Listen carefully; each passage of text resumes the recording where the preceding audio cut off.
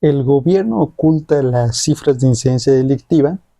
Pues yo no quiero decirte si lo hace o si no lo hace, sino más bien explicarte cuál es la metodología de las personas que hacen reportes o columnas de opinión que utilizan para decir que el gobierno oculta las cifras de incidencia delictiva. Lo importante es de que al conocer la metodología, pues cada uno pueda formarse un criterio sobre si es una metodología que, en el caso de que haya manipulación o ocultamiento de cifras, pues sí se puede encender un foco o en realidad es un poco aleatorio. Primero, creo que es necesario distinguir entre el concepto de manipulación y ocultamiento.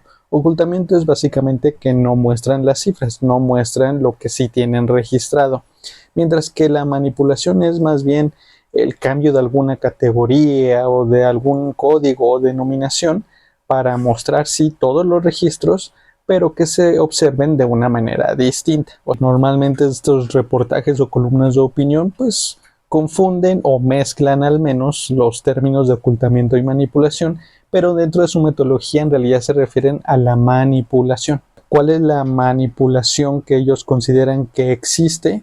Pues tiene que ver con los cambios porcentuales en dos tipos de delitos relacionados con las desvivisiones culposas y las desvivisiones dolosas. Se utilizan este tipo de delitos dentro de toda la criminalidad porque pues son los más fáciles de registrar y los que en general en todo el mundo reportan menor cifra negra. La manipulación que ellos consideran, pues entonces tiene que ver con el cambio en una variable o en un tipo de delito y el cambio en otro tipo de delito.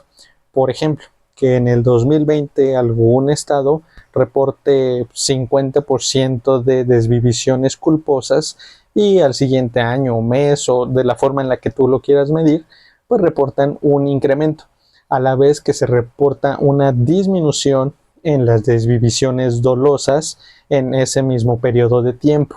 Claro, esto directamente no quiere decir que pues sean manipulados. Si uno hace las series de tiempo de todos los delitos, pues en realidad se va a encontrar aleatoriamente para cualquier relación, pues una relación de disminución y de aumento y básicamente puedes buscarlos. Pero en realidad ese no es como un error metodológico, es simplemente pues un escenario que te puede aparecer.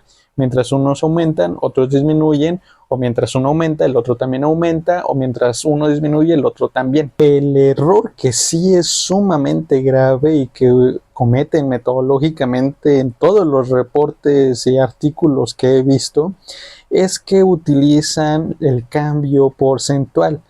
Y ese es un gran error.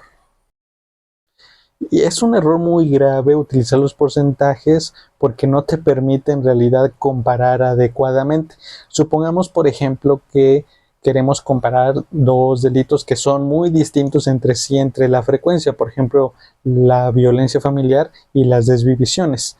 De los 2 millones de delitos que suceden en el país anualmente, pues más o menos un 30-40% corresponden a violencia familiar, mientras que las desvivisiones, no importa cómo las clasifiques, no pasan del 2 o 3%.